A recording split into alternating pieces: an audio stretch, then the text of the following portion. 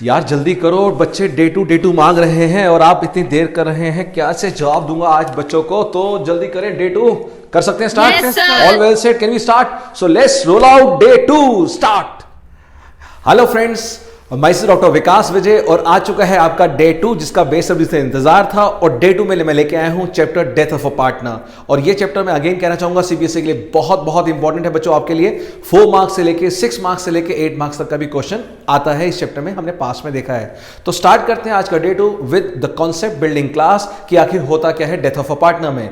But before I start today's class, let me again ask you बच्चे, अगर अभी तक आपने हमारा ये चैनल अकाउंट्स को नहीं सब्सक्राइब किया तो प्लीज जल्दी से सब्सक्राइब कीजिए, क्योंकि और भी बहुत सारी ऐसी यूजफुल वीडियो आ रही हैं। फाइन, तो स्टार्ट करते हैं आज का टॉपिक, और टॉपिक है डेथ ऑफ अ पार्टनर। बच्चे पहले मैं स्टार्ट करने से करूं इससे पहले मैं एक तो चीज पूछ सकता हूं आपसे कि रिटायरमेंट ऑफ अ पार्टनर एक चैप्टर है और ये है डेथ, दोनों में फर्क क्या है? डिटेल में बताना चाहेंगे बाद में, बट हल्का सा ये बता दें, रिटायरमेंट की जो डेट है उसको हम आगे पीछे कर सकते हैं, बट डेथ की डेट को नहीं कर सकते। क्यों? किसी मरते हुए आदमी को हम ये नहीं कह सकते भैया रुक जा, अभी हमारी फाइनेंशियल स्टेटमेंट बनने वाली है, आराम से मर। नहीं, इसका मतलब वो कभी भी मर सकता है, कोई भी दिन, बिना किसी मुहूर्त के। तो इसलिए दिक्कत आती है कैलकुलेशन में। क्या? जो भी चीज मंथली होती है वहां प्रॉब्लम आती है। For example salary, for example IOC, IOD, या फिर हम बात करें बिजनेस प्रॉफिट की। तो इन सबको देखते हुए बहुत इंपॉर्टेंट होता है ये चैप्टर, और कैसे करते हैं इसके बारे में स्टार्ट करते हैं। लेकिन हम वैसे नहीं स्टार्ट करेंगे जैसे लोग स्टार्ट करते हैं। यानी ये जो पर्पस है 21 डेज चैलेंज का, हमारा मोटिव है उन बच्चों का कि जो कम टाइम में बहुत ज्यादा लाना चाहते हैं, चाहे वो इंटेलिजेंट है या वो जो बच्चे थोड़ा स्ट्रगल कर रहे हैं अभी अकाउंटेंसी को लेके और जिनका कॉन्फिडेंस लो है, उन सबको मुझे एनहांस करना है परफॉर्मेंस को। तो ये सारी वीडियो उनके लिए है। तो बहुत ही कन्वेंशनल स्टाइल में नहीं होगा, इनोवेटिव वे में होगा। और आज इस डेथ ऑफ अ पार्टनर के लिए इनोवेटिव स्टोरी लेके आया हूं। उस स्टोरी के बेस पे पूरा आपका जो कॉन्सेप्ट बिल्डिंग है वो कवर हो जाएगा। तो स्टोरी है बच्चों, अभी कुछ दिन पहले मैंने करीब 50 कैप्स का ऑर्डर दिया ऑनलाइन से। फाइन, वो 50 की 50 कैप आई, बट जब कैप ट्राई करी गई स्टूडेंट्स के थ्रू तो पाया गया कि उस कैप के अंदर ग्रिप की प्रॉब्लम थी, यानी वो ग्रिप प्रॉपर नहीं थी। तो मैंने जल्दी से डायल किया उस कंपनी को जिस कंपनी से मैंने मंगाया था ऑनलाइन, और डायल करके मैंने सारी 50 की 50 कैप वापस भेज दी। यानी मैंने वो GR कर दिया, यानी गुड्स रिटर्न कर दिया, जिसको हम परचेज रिटर्न बोलते हैं। तो मैंने सारा का सारा वापस भेज दिया। फाइन, तो इस स्टोरी से बना पूरा कॉन्सेप्ट बिल्डिंग, और देखते हैं क्या। सबसे पहले मैंने कहा कि मैंने ऑर्डर किया कैप्स का, तो कैप्स की स्पेलिंग CAPS है ऑफ कोर्स। उसके बाद मैंने कहा उसकी कैप में ग्रिप की प्रॉब्लम थी, उसकी स्पेलिंग है GRAP, ग्रिप। फिर बाद में मैंने क्या, उसको डायल किया मैंने, उसकी स्पेलिंग है डायल। एंड गुड्स रिटर्न को हम बोलते हैं जो अकाउंटिंग की डेफिनेशन परचेज रिटर्न, और बिजनेस की टर्म में हम बोलते हैं गुड्स रिटर्न। फाइन, तो ये है।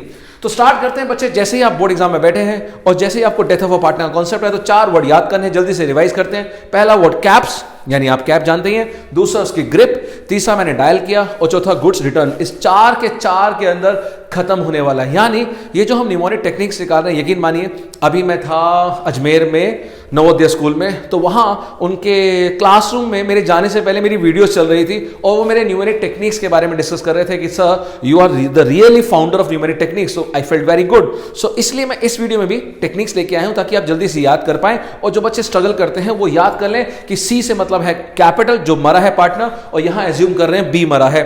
बट मैं कहना चाहूंगा बच्चे, बोर्ड में C भी मर सकता है, A भी मर सकता है। B ने आपकी कोई गलती, आपके साथ कोई पंगा नहीं लिया, तो हमेशा B को नहीं मारेंगे, जो क्वेश्चन में गिवन हो उसको मार के आएंगे। फाइन, तो यहां एग्जांपल के तौर पे B लिया है, तो ये है B का कैपिटल, C से कैपिटल। और ये जो AP दिख रहा है आपको, AP, this AP stands for your accumulated profits. और क्या होते हैं एक्यूमुलेटेड प्रॉफिट्स? हम सब जानते हैं, या जनरल रिजर्व, या फिर बैलेंस शीट की लायबिलिटी साइड में जो प्रॉफिट एंड लॉस होता है, ये होता है क्रेडिट बैलेंस, यानी नेट प्रॉफिट। फाइन, और WCF यानी workman's compensation fund, investment fluctuation fund, and your contingency reserve, ये सभी के सभी होते हैं एक्यूमुलेटेड प्रॉफिट। तो उसका शेयर आएगा, यानी अगर मान लीजिए उसका शेयर है 2/6 यानी 1/3, और ये अमाउंट है 30,000, सो 30,000 का 1/3 करेंगे, वो अमाउंट यहां क्रेडिट साइड पे आएगी। तो ये सारी चीजें हम क्रेडिट साइड की बता रहे हैं। S स्टैंड्स फॉर सैलरी, जितने महीने वो जिंदा था उतने महीने की हम सैलरी दे देंगे।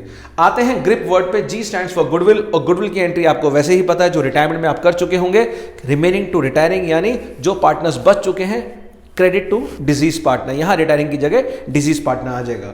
R stands for the revel profit, ये रिवेल अकाउंट वैसे ही बनेगा जैसा एडमिशन में बनाया, या चेंज इन PSR में बनाया, चाहे रिटायरमेंट में बनाया, और सेम डेथ के अंदर उसका शेयर ऑफ प्रॉफिट, रिवेल का प्रॉफिट यहां आ जाएगा। फाइन, आई से है उसका इंटरेस्ट ऑन कैपिटल, और इंटरेस्ट ऑन कैपिटल उतने ही मंथ्स का देंगे या उतने ही डेज का देंगे for which this disease partner was alive, यानी जितने महीनों के लिए वो जिंदा था, या फिर अगर वो मर गया, मान लीजिए कोई भी डेट 12th ऑफ आप लेते हैं और डेट जहां 73 डेज मानते हैं हम, वहां 73 डेज का भी निकालेंगे तो भी वो आईओसी इसी यहीं पे आएगा क्रेडिट साइड पे। बात करते हैं पी से यानी प्रॉफिट एंड लॉस सस्पेंस, यानी ये है शेयर इन बिजनेस प्रॉफिट, और इसके दो मेथड हमें आते हैं। कौन कौन से दो मेथड है हमारा? One is time basis, other is turnover basis.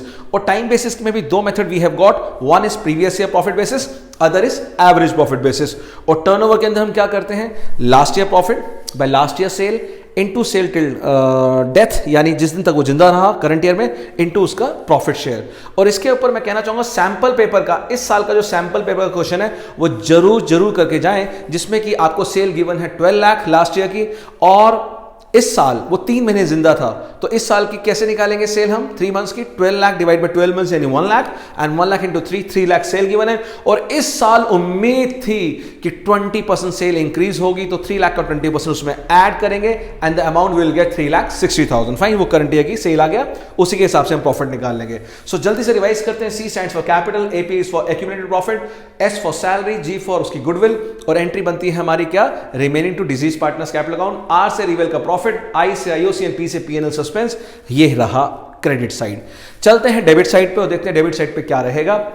Debit side पे हमने डायल किया था फोन और गुड्स रिटर्न कर दिए थे, तो डी से रहेगा ड्राइंग्स और आई से रहेगा इंटरेस्ट ऑन ड्राइंग, इसी ड्राइंग के ऊपर, and AL is accumulated loss यानी profit loss debit balance and deferred revenue expenditure.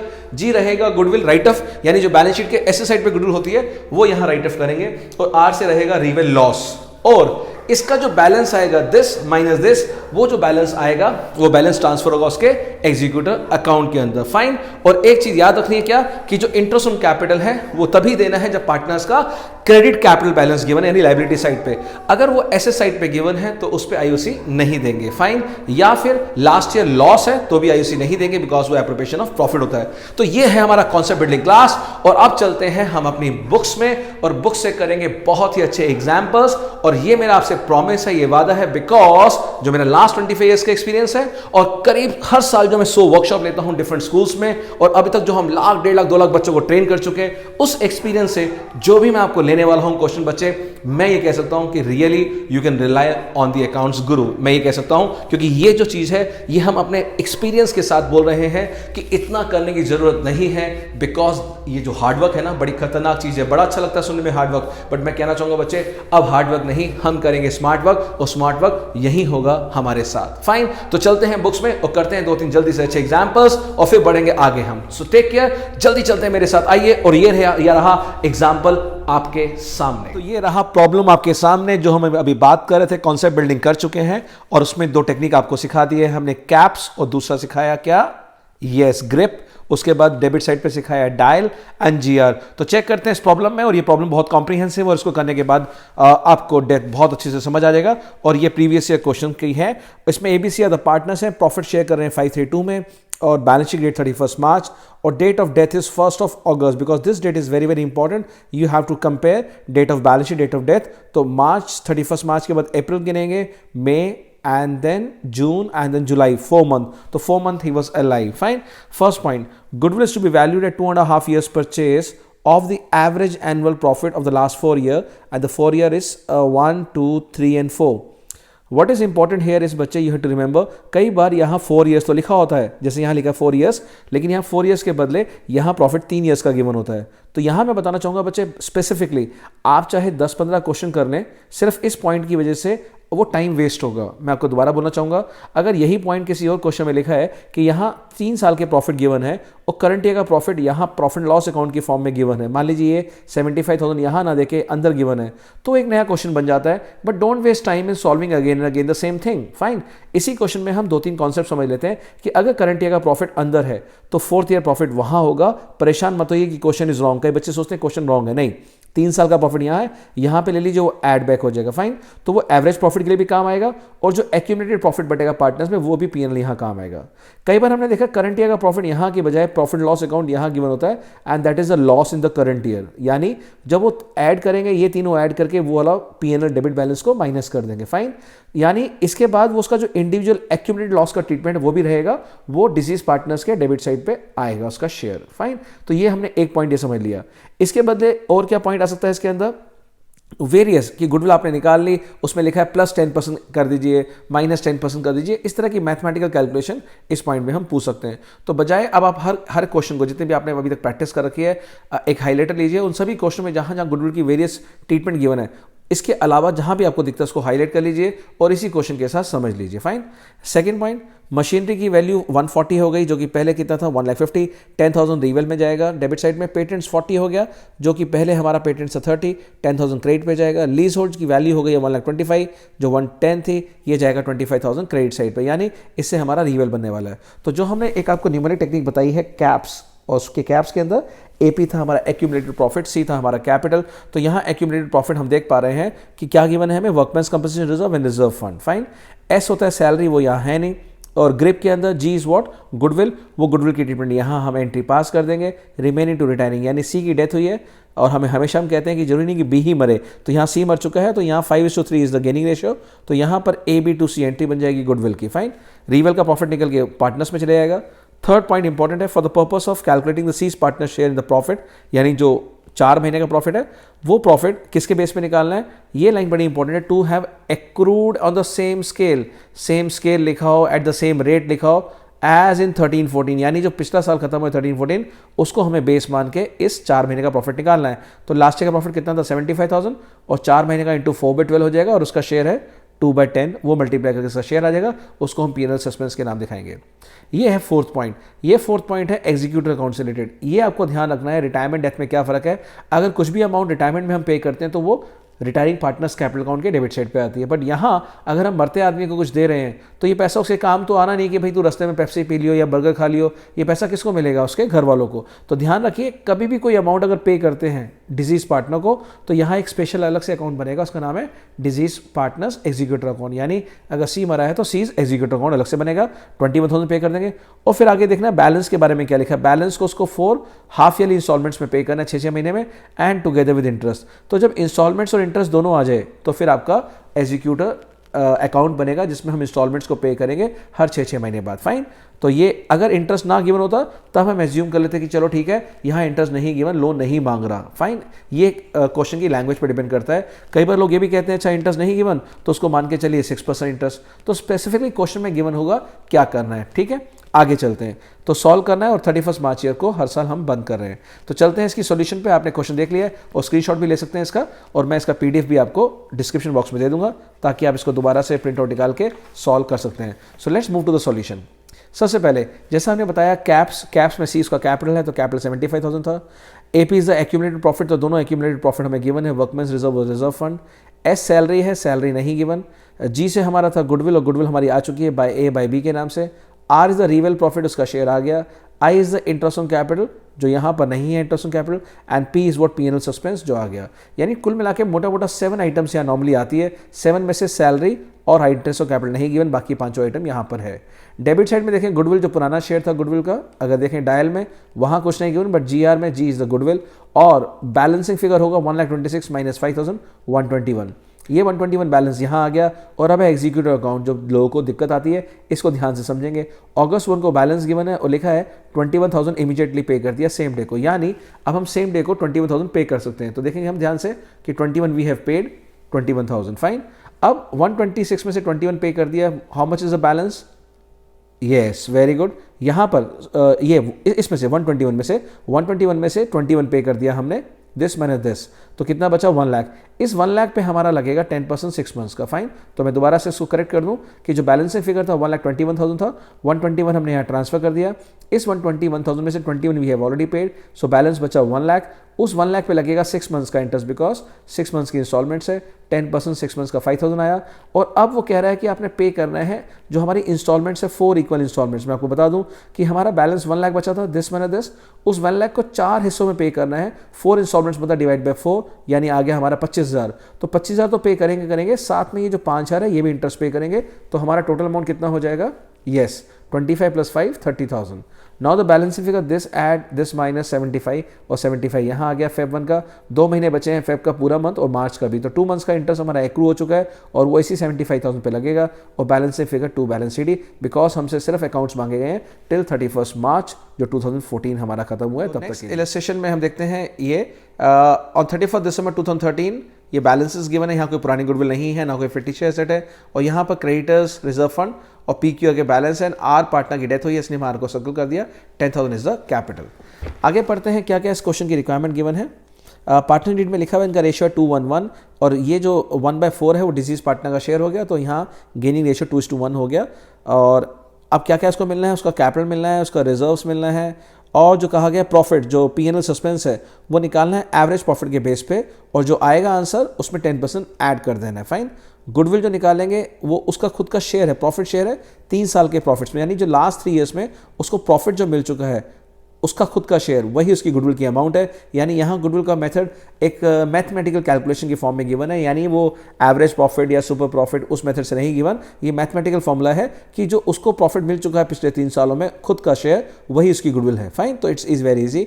The net profit for the last year इतना, आर डाइड ऑन 1 अप्रैल यानी साल के स्टार्टिंग में मर गया। यानी बात करें अगर ये हमारा 31 दिसंबर गिवन है हमें, तो 31 दिसंबर को बैलेंस शीट गिवन है और 1 अप्रैल को मरा है। तो बोर्ड एग्जाम में अगर दिसंबर आता है तो be very careful, otherwise we expect March only. Fine. तो यहाँ पर मंथ्स कितने होंगे? जैन फेब मार्च, 3 मंथ्स का है।